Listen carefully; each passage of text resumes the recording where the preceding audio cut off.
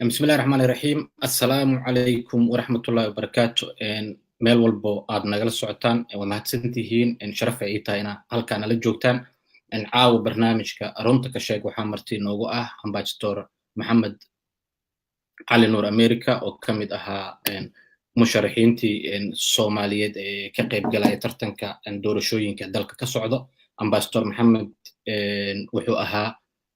safiirkii Soomaaliya u fadhiyay dalka Kenya wuxuu ahaa muwaadinkii ugu horeeyay oo soo celiyay hanti Soomaali ay leedahay wuxuu ahaa xilli ay jirin igu sawir muwaadiniin Soomaaliyeed oo dhibaato ku haystay dalka Kenya intuu diyaarad la soo raacay dib ugu soo celiyay dalkooda xilligaas ma jirin 27 sano kadib laakiin waxay ahayd xilli runtii Soomaalida aanay aqoonin musuqmaasuqa maanta jiro sharaf ay tahay inaan soo dhaweeyo ambassadorka marka hore ku soo dhawo ambassador barnaamijka runta ka sheeg oo andaadiyaha ka ah السلام عليكم ورحمة الله وبركاته عبد العزيز adiga iyo martida iyo dadku dhageysanaya kulli waa islaamiya aad baana ugu mahadsantahay inaa caawa ugu sharaftid barnaamijka ambassador waxaa ka mid ahayd Soomaalidii tartanka u galay xilka madaxweynenimada Soomaaliya waxaad afhayeen u ahayd sida aan qiyaasayo qolo ku midowday inay isbedel sameeyaan maanta waxaa madaxweyne dalka ah madaxweyne Maxamed Cabdullaahi Farmaajo madaxweyne Maxamed Cabdullaahi Farmaajo kadib isbedelka ay raadinayseen ma yimid cabdicasiis runta waaye aniga iyo waxaan filayaa 22 musharax inaan ahayn musharaxiin ku midoobay musharaxiintaas oo markaas ku dhawaaqay inaan nahay musharaxiinta isbedel sameynta waxyaabihii aan ku doodeynay oo aan ka hadlaynay oo aan mataqaanaa dowladda markaa jirtay oo madaxweynihii xasan sheekh maxamuud madaxweynaha ka ahaa ku dhaliilayay waxyaabo la mid ah ayaa hadda waddanka ka jira dabcan dowladda hadda waxay jirtaa 1 sano iyo bar ku dhawaad waxyaabo fiican way sameeyeen laakiin waxyaabaha ugu muhiimsan ama waxyaabihii aan ku doodeynay oo ay ugu daran tahay amniga weli mataqaanaa dhibka wuu jiraa ambassador sida aan ogsoonahay dad badan ayaa rajo ka qabay marka qof idin kamida uu dalka madaxweyne ka noqdo waxyaabo badan inay iska bedelayaan laakiin waxaa moodaa dhaliilihii inay sii kordhayaan maxaa sabab u noqon karo wallahi runta waaye waxyaabihii aan dhaliishaan sheegaynay oo aan ka hadlaynay weliba madaxweynaha hadda madaxweyne maxamed cabdullaahi farmaajo waan isgroup ahayn waan ka hadlaynay mara badanna ku aadeyna dowladdii hore ee xasan sheekh maxamuud oo ay ka mid ahayd waddooyinka la xiraayo oo ay ka mid ahayd mataqaanaa amni darada ka jirta waddanka iyo magaalmadaxda ugu horeyso in wixii weli ay jiraan waxaan rabaa halkan inaan marka hore aan u hambaleeyo ama u mahadceliyo ciidanka xoogga dalka Soomaaliyeed ciidanka amniga oo mar kasta u taagan waddanka inay difaacaan waddada taagan laakiin waxaa moodaa habkii iyo sidii loo mataqaanaa ciidanka u shaqayn lahaayeen in la qalday sababtoo ah waddo la xiray jid la xiray amni ma soo celinayo dhib ayuu keenayaa waxaan maqlaynaa ama aan maqalnay in dad masaakiin ah meydad la waday waddada loo diiday inay maraan in dad mataqaanaa masaakiin haween ah oo uur lahaa isbitaalka inay aadaan loo diiday waxaa ognahay dad fara badan oo mataqaanaa baadiyaha magaalooyinka xamar banaankeeda maalin kasta yimaada oo caano keena oo xaabo keena inay magaalada soo geli waayaan markay xataa soo galaan ay meelo soo maraan ay laaban waayaan ay mataqaanaa guryahooda ku laabtaan habeen saqdhex ku laabtaan marka dhibaatooyin fara badan waaye hadda xalayto ama shal waxaan maqlayn madaxweynaha ku dhawaaqay in la furo waddooyinka waa soo dhaweynaynaa laakiin waxaan rabnaa in dadka masaakiinta ah oo ku nool magaalada madaxda Soomaaliya Muqdisho in loo mataqaanaa turo in mataqaanaa dhibka laga qaado cabdicasiisow aan ku dheeraade waxaa ognahay in dadka degan magaalada madaxda Soomaaliya Muqdisho ay ogol yihiin ama ogolaadeen inay bixiyaan canshuuraha lagu soo rogay canshuuraha lagu soo rogay sharci ahaan waxaa ognahay canshuuraha xataa in la marsiiyo baarlamaanka in golaha wasiirada marka la marsiiyo la geeyo baarlamaanka iyadoo aan la geenin ayaa wasiirkii mataqaanaa soo gooyey dadka way aqbaleen dadka degan magaalada Muqdisho waxaan dhihi karaa dad dowlad jecel waaye dowladda raba marka laga qaado canshuurta dowladda waxaa laga rabaa inay canshuurtaas dadka ugu bedesho waxyaabaha daruuriga ah inay u samayso waddooyin loo sameeyo iskuulaad lacag loo sameeyo isbitaal loo sameeyo wixii weli lama hayo dowladda waxaan rajaynaynaa inay isdaba qabato ay dadkaas u turto waa mahadsan tahay ambassadore dadkiinan shalay ordayay oo siyaasiyiin badan caan ah gaar ahaan kuwa ka soo jeeda gobolka banaadir hadafkiina ma wuxuu ahaa inaad la dagaalantaan xasan sheekh mase hadafkiina wuxuu ahaa isbeddel dhab ah inuu dalka yimaado xasha lilah anaga hadafkeena wuxuu ahaa anaga mushrixiin waxa ahayn oo u tartamayo madaxweynenimada Soomaaliya muqdisho kaliya ma ahayn haddaan nahay muqdisho dabcan Soomaalina waa nahay waxay hadafkeena inaan u dagaalano ama orodno si wadankaas uu nabad u heli lahaa si wadankaas uu barbash iyo barwaaqo si wadankaas loogu soo hagi lahaa ay hesho doorasho hal qof yala cida okay weli dhibaatadii way taagan tahay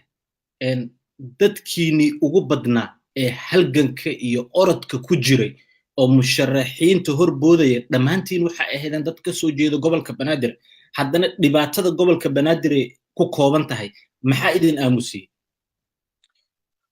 والله مشرحين dadka gobolka banaadir ka soo jeeda kaliya ma ahayn musharaxiinta waxa ka jiraan musharaxiin kale oo ka yimid gobolka kale ka yimid anaga ma aamusin dowladda dabcan markii la doortay madaxweynaha maxamed cabdullaahi farmaajo dadkii ugu horreeyay oo soo dhaweeyay ayaa ka mid ahayn aniga aan ku jiray waxaan filaynay mataqaanaa balaqaadkii uu sameeyey inuu oofin doono in mataqaanaa wax ka qaban doono waqti ayaa siinaynay hadda hal sano iyo bar ayaa kasoo wareegtay haddeertaan ayaan garanay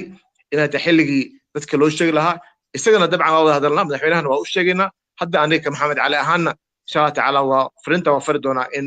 arrintaa wax laga qabto ambassadore haddii la yidhahdo maanta dib baa loo noqonayaa oo waxaa lagu noqonayaa xilligii doorashada iyo maaragtay January iyo February maxaa isleedahay waa qalad ma saxileen wallahi عزيزو wax la qaldamo jiro aniga markaas xilligaas fikradii aan qabnay oo ahayd in isbedel uu yimaado ilaa hadda waa qaba aniga isbedel waa loo baahnaa aniga dowladii hore madaxweynihii hore xasan sheekh maxamuud uguma soo horjeesaneen wax kale laakiin dowladiisii waxyaabo ay qaban weyso ayay ahayd haddana madaxweynaha hadda jooga hadda saa u hadlaayo ayaan hadda shalay u hadlay beri u hadlay hore doonaa haddii ay wax qaban weydo waa la sheegayaa mataqaanaa waana caddeynaa mowqifkeena cid mataqaanaa loogu baqayo ma jirto ma kula tahay inaa maanta intaa muqdisho tagto sidii shalay shirarka aad u qabanayseen oo dowladda xasan sheekh ah hoteelada ugu mucaaradayseen isla maanta inaa magaalada muqdisho ku samayn kartid xasha allah waa qaban doonaa mataqaanaa mucaaradnimo keliya maaha muwaadin soomaaliyeed ana ahay ani qof kale kama hadli kari anaa iska hadli karo wixii aan qabo oo aan sharcigana kama boodaayo wixii fikrad aan qabana waa sheegaya insha allah ambassadore dadka muqdisho joogo way dhiban yihiin ma lahan xaquuq matalaad waa canshuur bixiyayaal idinkaa siyaasiyiintooda sidee idin saameynaysaa arrintaas xasha allah runtaa waaye haddii waan sheegay alcizow dadka Soomaaliyeed oo muwaadiniinta Soomaaliyeed ee ku dhaqan magaalada Soomaaliya Muqdisho gobolka Banaadir 3 milyan iyo ka badan ayay lagu sheegay inay yihiin matalaad ma laha canshuur bay bixiyaan hadda waxaan sheegnay oo ka mid ah in lagu tunto xaqooda oo mataqaanaa la siin waayo inay mataqaanaa wadooyinka sax ku mari waayaan dowladda waxa laga rabaa inay dowladdu waa dowlad Soomaaliyeed dowladdii Muqdisho maaha waxaa la rabaa gobolka Banaadir xaqooda in la siiyo aniga waxaan aaminsanahay in la samayn karo dadkaas mataqaanaa haddii la siiyo xaqooda haddii mataqaanaa cashuurta waxay ku bixiyeen loo sameeyo wadooyinkii mataqaanaa loo sameeyo amniga la sugo loo sameeyo isbitaallo iskuulaad dadkaas 100% dowladda ayay taageeri doonaan dowladda ayay la shaqeynayaan dowladda ayay mataqaanaa xoogga saari doonaan inay wax u qabtaan ayagana waxaa laga rabaa dowladda in dadkaas ay mataqaanaa u sameyso maamul aniga waxaan aaminsanahay sida ay maamulka loo sameeyey in reer banaadir ay xaq u leeyihiin in loo sameeyo maamul isdoortaan ayaga doortaan gudoomiyahooda gobolka ama loo sameeyo maamul goboleed loo dhaho banaadir state ambassador maxamed cali nuur america qofkii ka hadla gobolka banaadir waa qabiiliiste dalkana waa federaal ma isku kaa qaban kartaa qabiiliiste ma aha muqdisho magaalada Soomaaliya muqdisho waaye muqdisho ayda ma dooranin mataqaanaa in laga dhigo madaxda Soomaaliya lixdameeyada ayaa loo qaaday afti loo qaaday laga dhigay madaxda Soomaaliya xaq ma aha in madaxnimadeeda lagu bahdilo xaqooda lagu diido xaq ma aha aniga weli waxaan tagayaa extreme baan tagayaa haddii xaqooda la siinaynin madaxda Soomaaliya laga qaaday muqdisho hal geey meel kale sababtoo ah dadkaas ku nool magaalada muqdisho maalin kasto waxaan maqlaynaa qarax baa ku dhacay dadkii mataqaana guryaha laga baabiyey ma qabato marka dowladda Soomaaliyeed oo sharafta leh oo mataqaana degan magaalada Soomaaliya muqdisho xaqooda ha siiso dadkaas. Okay, ambassadore dadkii deegaankaas u dhashay ku dhashay oo ka soo jeeday siyaasiyiinta ahaa oo adiga aad ka mid tahay masraxa siyaasadda waa ka maqan tihiin dhammaan ma liida wada iibsaday mase duruufo kale oo dadka aynay ogeyn ayaa jiro. ما يقولها أنا كمان مقنعين أنا هذا أنا أقول شاس أنا كريم ماهي أو مثلا محمد الأمير كريم ماها شاسين تسوي قبل كا ويبديهن واحد لان واحد يا إن شاء الله تعالى وحواي دت كلا يا جو هل دون أنا ما أمسون إن شاء الله حقنا لنا هاي وأودودنا وأودي على من إن شاء الله. وحال إيش شيء إن أكل قوانتهين نم بمال وكوردايو نكستو ورابو كليس إنه منصب أما جاها هلو إن سياسية إن مانتا قبل كبنادر كسو جيدو وحقصو أروري نين ولالكيس كرسي وفضي مانتا إنو سيفير صدو إن بقن كنوع عاسا مثليه كرتا واحد اللي هيك سنة يولو قاريا ما يحشى الله أنا أنكس بعد آخر حواي أنا ما قابل سياسيين تا بدن كل واحد اللي قبان ودد يرواي كوه كلا كبدن كوه كلا أورداي من لماذا يوم مثلا إن حق إيراديان أيا كبدن وحنا جينا إن شاء الله تعالى إن تاسنا كواس كوان توبان loo midoobo sidii xaq loo soo dhicin lahaa hadii nabad la helo waxa misan dadka ay ka badan tahay mataqaana magaalada muqdisho iyo baraadna waa magaalo weyn waa gobol weyn gobol waxa weeye magaalada Soomaaliyeed marka in laga waantoobo ayaan qabaa xaqana aan u orodno dadka xaqooda aan soo dhicin insha Allah. Ambassadore waxa bixisay lacag dhan $30,000 si aad doorashada uga qayb gashid ma awoodi weysay 5,000 inaad inta bixisid siyaasiyiinta hotel u ijaartid isku wacdid oo dadka deegaanka oo idinka amatashaan danahooda ka hadashaan dawladana si toos ah u hadashaan idinkoo midaysan. حشا الله العقد دي بقسم معها شكل دولار دي بقسم معها قوليها لو شركة لو هذا كرا شركة نواب بلاوني وين السعودان إن شاء الله تعالى وحنا رجينا دولة إن مردو ستوس لو هذا دون ما آمن ستين حقوق إن كذا مقنتها قبل كبنادر. حشا الله أنا كذا مقنو 10 مليون يكبر مقفوت أي كم مقنت هاي حقه ده إنه هلان كواس أيام ودودنا ومادين صوماليات سيدا حق هلان قبل هذا كله أي كوان مدين إنه هلان. Ambassadore dadka magaalada Muqdisho degan waa dad garab rarate ah dawlad ku nool ah maalintii dawladdan ay imaatay ilaa ay hadda wada kasta way xiran tahay wali siyaasi magaalada Muqdisho ka soo jeedo oo ka hadlay arintaasaytii waxa ka jiro ninka la yiraahdo Salaad Cali Jeelo oo sheegay dawladdu wax fiican inay sameysay dhimashadii la dhiman jiray xitaa dawladda ma aragtay loo qafiifiyo oo discount loo sameeyay oo dad badan aysan dhimanin jawaabta noocaas ma ku haboontaa dadka Muqdisho oo dhibaataysan oo qutulyoom ka raadsan lahaa oo wadooyinka ka xiran tahay in meediyaha ay ka maqlaan war noocaas والله هذا Salaad Cali Jeelo saxibkii waa hadda uma jawaabayo laakiin hadalkaas hadal fiican maaha anigu waxaan qabaa dadkan ay arkeen ay og yihiin wax cad waaye been maaha maamo mataqaana u socoto isbitaal in laga celiyo hadda xataa waxa bilaabay inay ka hadlaan wariyaashii iyo TV-da ka hadlayaan runta sheegayaan runta aniga waa sheegaynaa dhibaa ka jiro dhibkaasna looma sii jiri karo in xataa wadooyinkii yaraa oo luuqyaasha xataa la xiro dadka ay mari waayaan waa qalad waaye taan sheegay amniga kuma soo laabanayo wada la xiro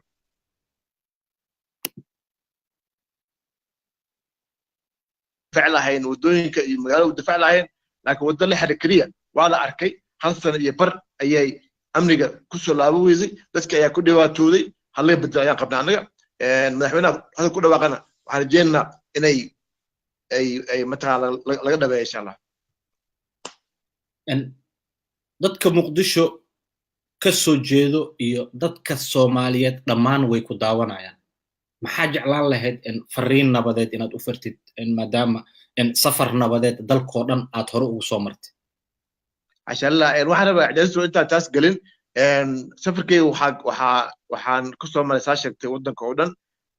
gobolaan tagin uu yar yahay waxaan rajaynayaa hal gobol kaliya inuu yahay aan tagin intii aan soo maray dadka kulli waxaan ku soo arkay dad raba wadan jecel iyo dawlad jecel inay yihiin dawladda ayaa laga rabaa inay dawladda dadka u shaqeyso siiso adeegyada ay u baahan yihiin loo sameeyo dowladda inay ka baxdo magaalada muqdisho ka baxdo waxaan ka wadaa inay goboladana ay wasaaradaha geyso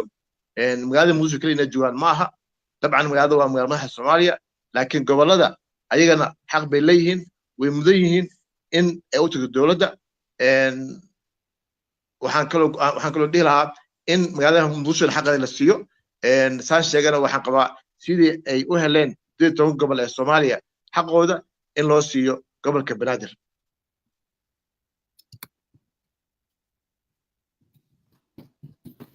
xilligii ama musharaxiinta ahaydeen madaxweynaha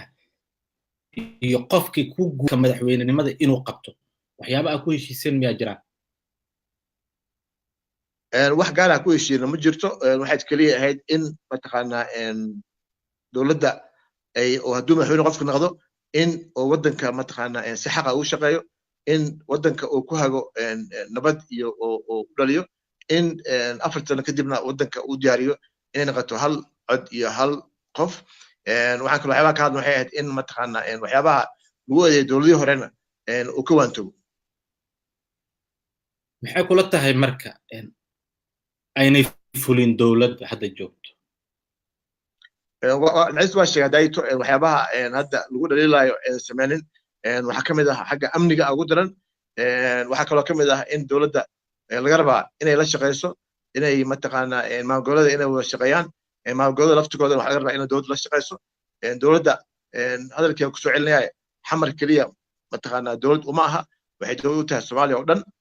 waxaa laga rabaa inay mideyso inay mataqaanaa ka shaqeyso dib u heshiisiin ama ay nabad ku wada shaqeeyaan maamulgoboleeda si waddanka dhan loo wada xoreeyo waddanka waa og tahay in mataqaanaa magaalo badan aynan hadda waddanka ay dowladda ay maamulin xataa maamulgoboleeda ay maamulin marka taa waxaa la heli karaa keliya markii ay midoobaan maamulgoboleeda iyo dowladda ay wada shaqeeyaan ambassador dowladda waxay samaysay wax aanan hore loo samaynin siyaasigii hadla waxay bilowday inay xirto guryihii dadka inay weerarto barihii bulshada inay lacag ku bixiso si maxaa la yiraahdaa qofkii dowladda fikir ahaan xitaa kasoo horjeesado la soo caayo dad fiidiyoyaal soo duubaan facebookyada qaarkood la jabsado dhaqankaas ma kula tahay kaa shala ka qaylinayseen oo isbeddel ah ula baxdeen inuu ka daran yahay maanta oo welina aa aamusan tihiin xashalla waa runta waaye dhaqan fiican ma aha waana ka qaylinay waana sheegnay anaga keliya ma aha xataa wadamadii dibadda iyo mataqaanaa iyo qaramada midooba ayaa eedeysay anaga siyaasi ahaadna waa ka hadalnay saxna ma aha qofka Soomaaliga ah oo muwaadinka xaq buu leeyahay inuu ka hadlo aaladiisa uu hadduu dowladda kasoo horjeedo sheego xaq uu leeyahay laakiin in la joogo ama la dilo ama la xiro xaq ma aha saxna ma aha taana waa kasoo horjeednaa dowladdana waa inay joojisaa qofkii oo muwaadin kasta ah xaqiisa iyo mataqaanaa freedomkiisa in laga hormaado sax maaha dhacdooyin badanaa magaalada muqdisho ka dhacay senator cabdi qaybdiid oo baarlamaanka ku jiro ama aqalka sare ahna maaragtay guddigii qaaska ugu xil saarnaa dastuurka dalka gurigiisa la weerar dowlad ahaan ma ku habboon tahay xashalla qalad waaye asaga keliya maaha cabdiraxmaan shukuur sidoo kale wixii lagu sameeyey qalad ahayd dabcan hadda dowladdu way ka hadashay oo waa laga raaligeliyey waxaan rajeynayaa inay mar dambe u dhicin ciidanka mataqaana waxaa sameynaya waxaa ku waajib ku ah inay cadowga la dagaalaan laakiin qof maskiin ah oo waxba geysanin in lala dagaalamo maaha qofka waxaa lagu soo eedeyn karaa haddii lagu soo eedeeyo sharciga waxa weeye in la geeyo maxkamaddana la hor keeno waxyaaba lagu soo eedeeyey asagoo difaaca laakiin qori iyo xabad mataqaanaa jawaabta ma aha saxna maaha okay ambassadore magaalada muqdisho kaligeed canshuurta waa meesha keliya laga qaado dastuurka dalka Soomaaliya waxaa ku qoran gobolada dalka in laga qaado canshuur midaysan gobolada kaleento ma awoodo dowladda inay canshuur ka qaado muqdisho kaliya laga qaadaa haddana xaquuq ma lahan siyaasiyiinta raaliya ka tihiin waa ka aamusan tihiin because nin intuu meediyaha istaagay dhahayo canshuurtii sanadkana la ka qaaday maxaa waxbarashada ka qabateen wadooyinka maxaa ka qabateen caafimaadka maxaa ka qabateen ma jiro soo ma ahan marka dulmiga aa ka cabanaysa inshallah dulmi ka weyn inaad ku aamusan tihiin xashalla dulmi ma aha waa hadalnaa laakiin barnaamijyada waa qaadanaynaa hadalka waa la badin doonaa insha Allah tacaala lagamana aamusi doono saa sheegto waaye canshuurta markii la soo gooyo wasiirka maaliyadda waxaa waajib ku ah inuu marka hore baarlamaanka geeyo baarlamaanka markuu ansixiyo laga dhigo dekreeto kadibna la dhaho canshuurtan waxay waajib ku tahay Soomaaliya oo dhan waxyaaba qaladka ayay tahay waxaa leeyahay hadda mataqaana wasaaradda maaliyadda IMF iyo World Bank ayay ka heshay mataqaana ammaan iyo ka heshay ammaanta koowaad waxaa laga rabaa inay ka hesho dadweynaha Soomaaliyeed dadka canshuurta bixiyo inay ka heshaan rabaa waxay u helaysaa markay siiso waxyaabaha daruuriga ay u baahan yihiin hadda laakiin anaga waxaan maqlaynaa dowladda wax fiican qabatay IMF mataqaana siisay u golaatay iyo waxaas iyo laakiin sax ma ah insha Allah tacaala waa ka hadalnay hadda waan ka hadlaynaa dowladda waa inay dadka sintaa wey waa inay sintaa ummadda Soomaalida oo dhan xamar kaliya maaha degada Muqdisho kaliya canshuurta waajib kuma aha airportka cadda ee Muqdisho kaliya waajib kuma aha wuxuu waajib ku yahay airportada iyo dekadaha iyo mataqaana dekadaha kale ee Soomaaliya ku yaal oo dhan ambassador siyaasiyiinta idan la mid ah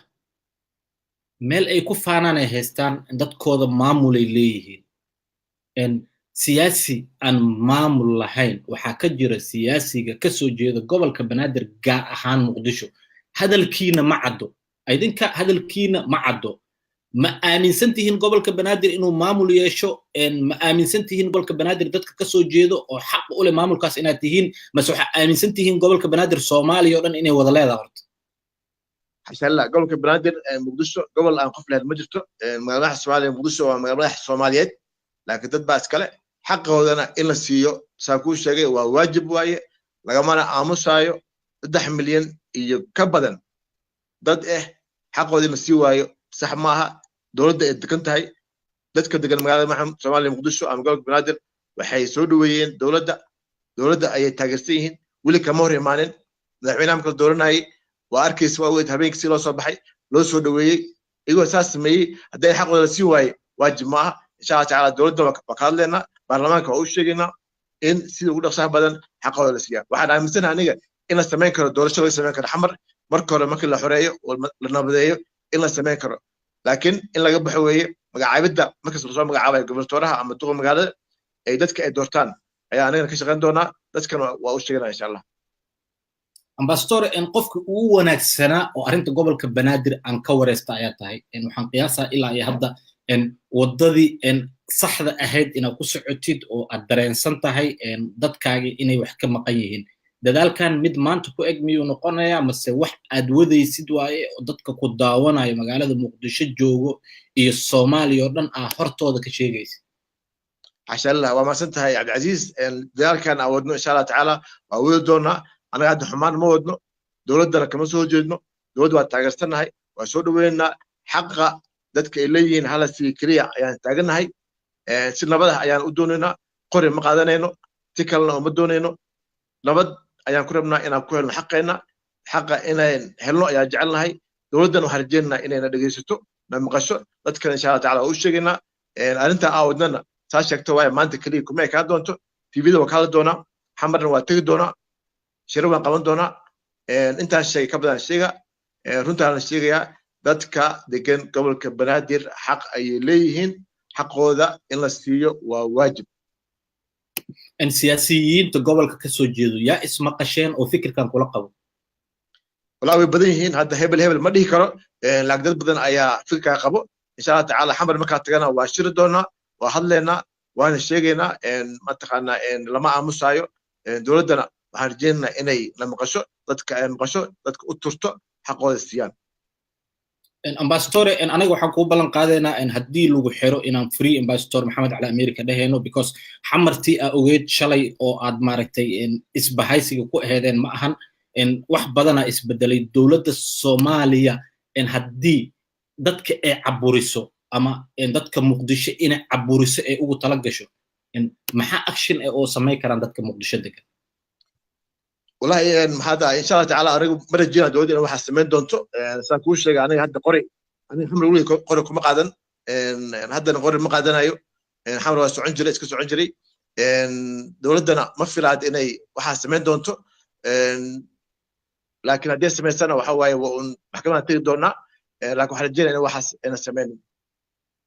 sidee saameyn kuugu yeelatay oraahda 27 sano kadib waa markii ugu horeysay inshallah waa qalad waaye dowladda soo maray dowladda waxa laga rabay dowladihii soo maray oo ka horeeyay in marka hore mataqaan loo mahad celiyo meeshii geeyena laga sii wado laakiin in la dhaho dowlad ma jirin waxa waaye wax lala yaabo waayo oo qalad ah. Okay, ambassadore horta waa ku mahad celina ummadda Soomaaliyeed inta badan way ku taqaanaa inaad dadaal ah u soo gashay dhulkii Soomaaliya ay lahayd oo maanta safaaradda Soomaaliya Kenya ah oo maaragtay si wanaagsan u shaqeynayo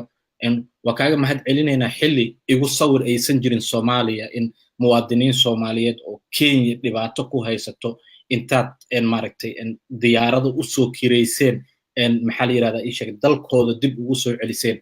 mararka qaar marka maxaabiista laga hadlayo oo taageerayaashan kooxda nabad iyo nolol ama dad badan oo dowladda ka tirsan ay leeyihiin waa markii ugu horeysay oo muwaadin Soomaaliyeed dalkiisa lagu soo celiyay shucuur ahaan maxaa dareemaysaa wallahi waxay la mid tahay mataqaanaa iyadoo taariikhda meel looga dhacayo waxaa la rabay in mataqaanaa dadka ay wareystaan la weydiiyo midda kalena inaad ammaantid waxa ka fiican in lagu ammaanaa ka fiican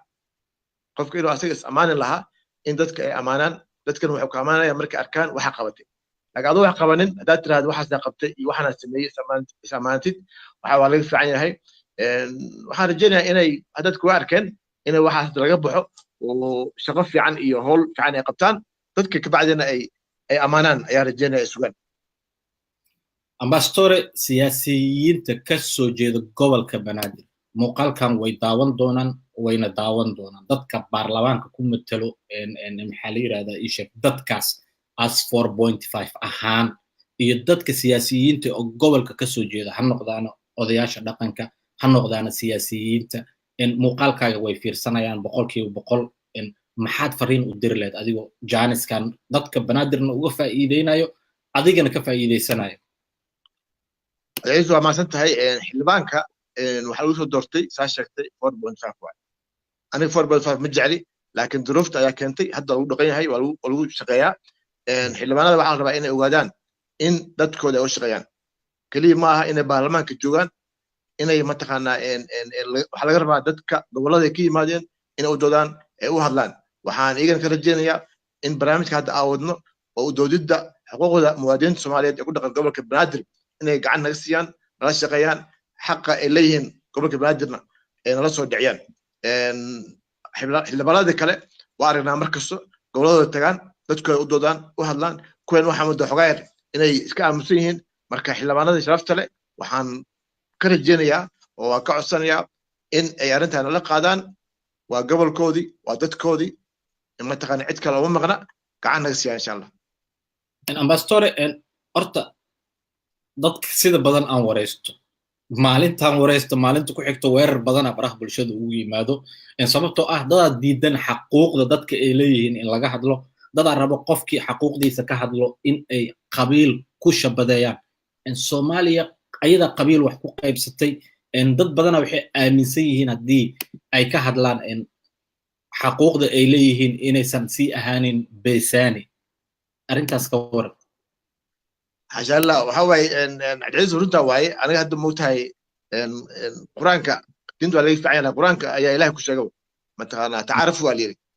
الا اسكو برتو اسكو قالو وحواي وحقلد ما هو واجب واي لكن ان قبيلك لو استعمال استقلده اما سي حمانه ايا قلد انا الهي اي دغي waxaan ahay ilaahay dhigay qabiilkay ilaahay dhigay in maxamed cali amir in cali amir iskan bedel kari iskaman dhigay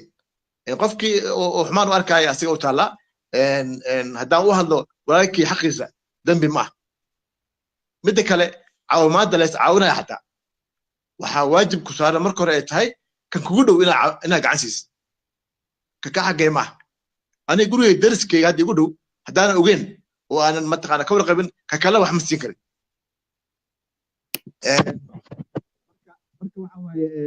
taas in laysku caayo ama laysku dagaalamo aha xaashaallah aniga waxaan soo arki jiray qof caytaman afkiisa ku yaala xaqa iyo runtana waa sheegay alcizow qof aan ugu baqayna ma laha xaqana dadka ilaahay hatuso ambassadore xalay iyo habeen hore waxaa magaalada muqdisho ka socday dhaqaaqiyo ay wadaan xubno sarsare oo dowladda federaalka ka tirsan iyo dadka gobolka Banaadir ka soo jeedo shirara dhacayay shalay galab dadka banaadir degan codsi madaxweynaha ugu yimid way shireen waxay go'aan ku gaareen siyaasadda iyo khilaafaadka dowladda u dhexeeyo in aysan ka qayb gelin xalay dad ka mid ah dadka degan gobolka banaadir ayaa si qarsoodi intay u dhunteen madaxweynaha la kulmeen tafaraaruqaas jiro ma isdhihi kartaa inta uu jiro wax ay raadinayaan dadka gobolka banaadir ma helayaan wallahi cabdiciiso horta qof shaksi ah ama dad gooni ah way u tegi karaan madaxweynaha wuna arki karaa laakiin ani ma arag mana ogi dad ku heshiiyey oo qabiil ahaan ayagoo matalaya u tegay madaxweynaha ma ogi laakiin hebel iyo hebel iyo hebel hebel way u tegi karaan haddii u tageenna cid hadda wakiilatay ama cid ay wakiil ka yihiin ma jirto laakiin xaqa uu mataqaanaa muwaadiniinta laga rabaa xildhibaanada iyo siyaasiyiinta kale in loo midoobo laakiin qofkii mataqaan wanaag ahaan ugu tago ama ka shaqeeyo uu fiican yahay laakiin in loogu tago mataqaana wax raadisto waa laga fiican yahay ambassadore waa mahadsan tahay sharaf ay ii tahay inaad igala qayb geshid barnaamijkan runta ka sheeg waa markii ugu horeysay oo siyaasi miisaankan leh sidan oo kaleento u hadlayo in barnaamijkeyga uu ka soo qayb galo waxay ila tahay hadalkan maanta wax weyn inuu ka bedeli doono dadka ka soo jeedo gobolka banaadir iyo caasimadda dadka degan dadka caasimadda degan si xaquuqdooda ay u raadsadaan maxaa waajib ku ah oo aan kula dardaarmi lahayd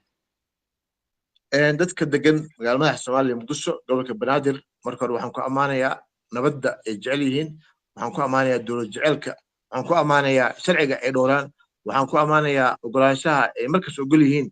go'aamada ka soo baxa dowladda inay mataqaanaa ku dhaqmaan ogolaadaan waxaan ayagana u sheegi lahaa in xaqooda inay raadsadaan ay dembi aan ahayn in xaqooda ay raadsan karaan in dowladda ay mataqaanaa xaqooda ugu raadsadaan siyaasiyiintana saas ay sameeyaan waxaana ilaahay ka baraya aan rajeynayaa in mar dhow xaqooda ay heli doonaan mataqaana maamul iyo mataqaana heli doonaan fiican oo la soo doorto insha allah mar dhow ambassadore soomaalida markuu qof wax tabanayo dowladda wax ka tabanayo asiga oo aanan dhibaato wadin xaq ma u leeyahay banaanbax nabadeed oo xaquuqdiisa uu ku dalbanayo oo si dastuuri ah nidaami ah oo u maraya inuu sameeyo xasha allah wuu leeyahay anaga hadda waagii oo markii loo ordaa madaxweynimada saa og tahay oo aragtayba magaalada madaxa soomaaliya muqdisho ayaan ku marnay socod nabada ku marnay waxaan tagnay mataqaana taalada darajada daasoon joor daawuda tagnay waddaa ku soconnay intaas samaynaynana dowladda waa u sheegaynay hay-adaha oo u qaabilsan amniga iyo mataqaana gobolkaba waa u sheegnay inaan samaynayno ayagana wayna ogaayeen hadda haddii la sameynaa insha allah tacaala waa mari doonaa waddadaasaan mari doonaa dowladda waa u sheegi doonaa qof kasta oo nabad wax ku saadsanayna waxaan aaminsanahay inaan loo diidi karo xilligaas iyo maanta way kala gedisan tahay siyaasadda soomaaliya ambassadore qof waxaa tahay wax badan akhriya la socda siyaasadda soomaaliya maanta sidee tahay iyo shalay sidee ahayd farqi weyna u dhexeeya waxaa ka hadlaysaa inaad banaanbax magaalada muqdisho ku martaan dhalinyaradii bajaajka wadatay oo magaalada muqdisho ka shaqaysanaysay ayaa maalin walba la dilaa oo nabad ku shaqaysan lah sidee banaanbax nabadeed muqdisho ugu maraysaa ciise wallahi bila wax kasta waxaa waaye waxaa la yidhi maxaa lahaa 1 milyan waxay ka bilaabataa kow wax kasta bilaaba leeyihiin mataqaanaa nabad aniga ma filayo inay aamusnaan iyo ku imaanayso aniga saan sheegay insha allah tacaala waxaan bilaaban doonaa barnaamij oo mataqaanaa xaqa loo raadsanayo barnaamij nabad ah nabad raadin wadamo badan ayaa dad taasoo kala sameeyey dabcan dhib waa la mari doonaa dhib waa dhici kartaa in la xiro in lagu dilo in wax la sameeyo laakiin aniga go'aan baa aniga ka maxamed cali ahaan iga go'an inaan mataqaana nabad wax ku raadiyo nabadna insha allah tacaala aan rajeynayo dowladda inay iyadana noo ogolaato inaan xaqeena ku helno nabad ku helno okay ambassadore xisbi siyaasadeed ma leedahay haddii aadan lahayn ma ku tala jirtaa inaad samaysid xasha allah wax hadda oo insha allah tacaala aan ku dhaqaaqi doono ay ka mid tahay maalmaha soo socdo ayaan ku dhawaaqi doonaa magaalada soomaaliya muqdisho xisbi mataqaana oo aan samayn doonaa waxaan aaminsanahay marka aa xisbi samaysid xaquuqda dadka gobolka banaadir loogu raadinayo in dadka magaalada muqdisho ay taageero ku siinayaan sababtoo ah dadka magaalada muqdisho waa dad masaakiin ah waa dad nabad jecel waxa ay la'yihiin dad indho u noqdo siyaasiyiintii maxaa la yidhahdaa ii sheeg u doodi jiray dowladda federaalka soomaaliya ayaa hoteelada ka dhiibto taas wixii ani afkayga aan ka sheegay mas-uuliyaddeeda anaa qaadanaya dowladda federaalka ayaa hoteelada ka dhiibto afka dowladda ayay ku hadlaan dadkooda shilmaanay siisteen ma laga yaabaa fikirka noocaas inaad bedesho markaa tagtid والله حاشا الله هذا أنا عايز أقول شيء أنا لكن وحنا مسمى فك حاشا الله سعرونته واي في كاي وحقا أقول إذا أنا شيء أنا وحن قبا إن بدك وحو باين قفرة الشجع وحو باين واحد لو باين بدك صار شيء تو ميبي وبقيان لكن أنا وحي صح حقا شيءنا وحي صح أنا صح وعندنا وحي قاد وعندنا عدة أنا عن ديال كوجر مالها تنكون شيءنا الدولة دواسود وين dowladda waa taageersannahay laakiin waxa naga maqan ama dadka waxa ka maqan ayaa ka rabnaa dowladda ka rabnaa eena siiso si nabadna ayaan ku raadsananaa insha allah ambassador maxamed cali america deegaanada aad ka soo jeedaan oo idinka dadkiina ay degan yihiin ma lahan cisbitaallo ma lahan ceelal ma lahan maamul adag oo xaquuqdooda raadi karo hoteelada rabtaana degtaan waa dhooftaan siyaasadda rabtaana ka qayb gashaan dadkii way tabaalaysiin yaa la rabaa dadkaas inay u istaagaan xasha allah cabdicasiis aad baan kaaga mahad celinayaa wax saxa sheegtay wax runaa sheegtay wax aan mar badan aan sheegtay midda kale aniga hadda hotel ma degani gurigaa degana xasha allah gurigaa degana xamar hotelna ma dego laakiin waxa waaye sax waaye xildhibaanada goboladaas ayaa laga rabay u dhashay oo laga soo doortay inay sameeyaan aniga hadda isma fahanaayo faaniga ma aha laakiin aniga magaalada xamar banaankeeda meel yaraad ceel cilfiid iskuulaan ka furay oo 200 arday dhigtaan gabadheydii ilaa waxay tahay Yasmin ayaan ugu magac daray ceel ayaan ka furay masaajid ayaan meesha ka sameeyey kuwa kale mataqaana hadda waa sameeyno oo magaalada banaankeeda ah arday badan oo iska bixin waaye oo xamar ka dhig iskuulaad waxaa waaye bishii waxaa la bixiyaa $10 ayaa cunug laga dhiibaa ayaan ka dhiibnaa aniga keligay ma aha dad badan oo mataqaana ila mid ah ayaan is aruursanay waan bishii mataqaana ilaa iyo 400 qof cunug ka dhiibnaa insha Allah taala waa sii badan doonaa dadka waxaa laga rabaa marka in insha Allah taala noo kaga faa'iideysanahay Cabdiciiso dadka dhageysanayo barnaamijkan qof kastoo awooda inuu dadka caawino waxa waaye caawinaadana wax badan maaha saan ku sheegay cunugiiba iskuulkii waxa laga bixiyaa $10 qofka dhiska iskuul dhiso ceelal la dhiso la qodo istaal la sameeyo way ku yar yihiin ma laha hadda laakiin waxaan rabaa inaan u mahad celiyo dad badan oo ganacsato ah oo dibadda iyo gudaha ku nool ayaa bilaabay oo sameeyey istaal sameeyey iskuul sameeyey laakiin weli way yar yihiin waa loo baahan yahay in la sameeyo kuwa ka badan ambassador waa markii ugu horeysay ma dhahay 27 sano kadib waa markii ugu horeysay inta barnaamijkan aan wado qof siyaasi ah oo deegaankiisa wax u qabtay ama goob waxbarasho sameeyey ama arday mustaqbalkooda inuu dhiso go'aansaday aan la kulmo horta Cabdiciis kulmiye ahaan waa ku mahad celina sharaxay maanta in halkan ila joogtid waxa kaleento aan ku faraxsanahay in dadaalka awoodid runtii bilow fiican inuu yahay waa markii ugu horeysay aan maqlo qof noocaana inuu jiro ma ahan inaan ku amaanayo laakiin waxaan u sheegayaa in kuwa lacagta jeebka ay ugu jirto oo meelaha qaldan ku bixinayo inay jaaniskooda ka faa'iideystaan oo maaragtay dadkooda ay wax u qabtaan ambassador dadka deegaanada ku xeeran magaalada muqdisho ama xamardaye la yiraahdo soonaha warshiiq oo kale raagaceel oo kale maxaa la yiraahdaa isheek balcad oo kale soonahaasoo dhan dadkoodii biyo la'aan iyo oona dilaayo canshuurtii dadkoodii laga qaaday ama dowladdii ay qaadana meelo aan munaasib ahayn ay ku baxdaan arrintaas mudan tahay in laga hadlo xasha allah waa Cabdiciis runtaa waaye waa mudan tahay midda kalena waa ku mahadsan tahay ammaantay laakiin anu waxaan qabaa in waajib daruuri ay tahay in aniga aan waxaad qabto mataqaana waajib lagu leeyahay waaye wixii aan awoodo inaan dadka u qabto waxaan ku laabanaa arrinta daayta ka dhawaajisay oo ahayd in hadda caawa barnaamijkan ka bacdi laysoo weerari doono oo dad ay mataqaanaa Facebook waxaas waxay sheegi doonaan aniga marar badan waxaan ka qayb galay dibadda iyo gudahaba isbitaallo loo dhisaayo gobollo kale iyo mataqaan iskuulaad la dhisaayo oo laga cazumay oo ka qayb galay dadka waa ku amaana qofka wax u sameynaya gobolkiisa ama xaafadiisa dambi ma aha hadaa saa sheega waaye dadka asxaabtaada ama dadka mataqaana qaraabada ah ama dariskaaga ama gobolkaaga ama magaaladaada ayaa waajib ku ah inaad marka hore wax u qabatid intaan meel kale aad lahayd ana markaa u ordayo madaxweyne Soomaaliyeed waa inaan koogi dadkayga qanciyaa waaye dadkayga marka wax u qabto ayaa dad kale u qaban karaa dadkayga oo baahan dadkayga oo u baahan mataqaana waxyaabo badan u baahan soo dhigi karaa mataqaana Soomaaliya wax u qaban karaa marka waxaa aaminsan dadka inay fahmaan in dad kasto ama gobolada xildhibaanadooda ay dadka u qabtaan aaminsanahay dambina ma aha ambassadore markii doorashada dalka ay dhamaatay kadib oo madaxweyne maxamed cabdullaahi farmaajo uu ku guuleystay inuu dalka ka noqdo madaxweyne kadib dadkiini ololaha ku jira tartanka doorashada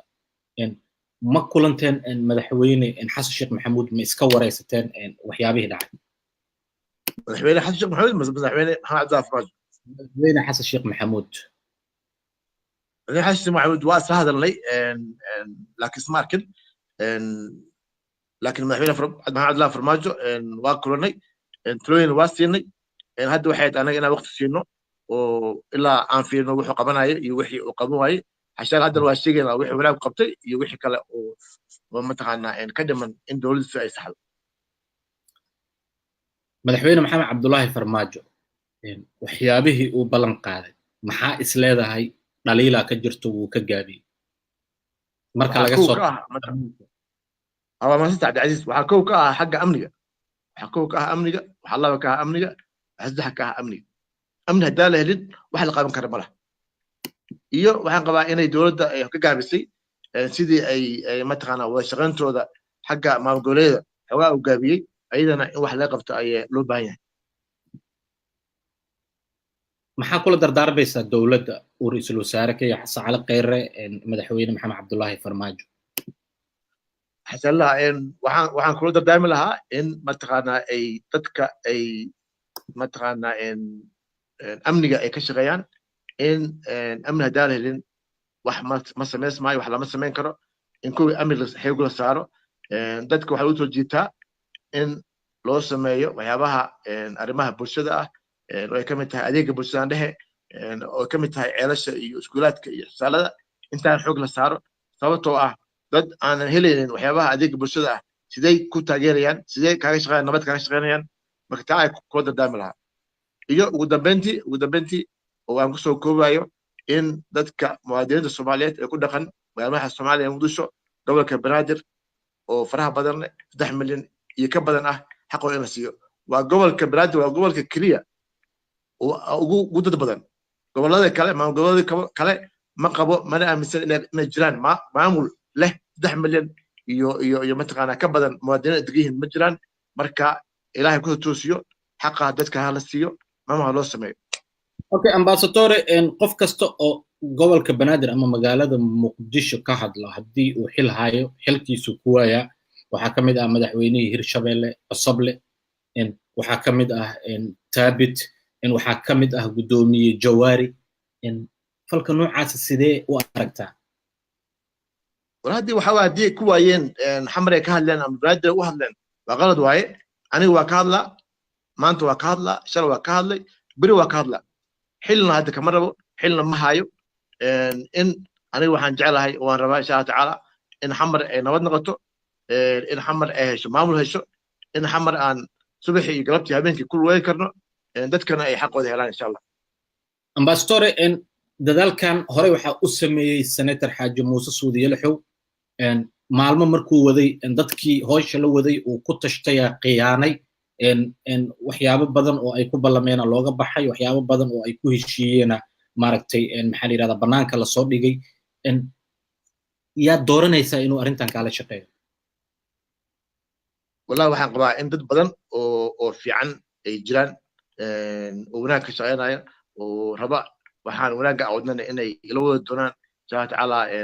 ayaga ayaan hadda hebel ma dhihi kari laakiin way badan yihiin dad badan ayaa jooga oo wanaaga ila shaqeyn doona insha Allah dad badan oo Soomaaliyeed oo ku fiirsanayo ayaa maaragtay salaan iyo bogaadin kuu soo diray uu ka mid yahay ninka la yiraahdo Cabdi Horseed Cali Cabdi dad badan oo maaragtay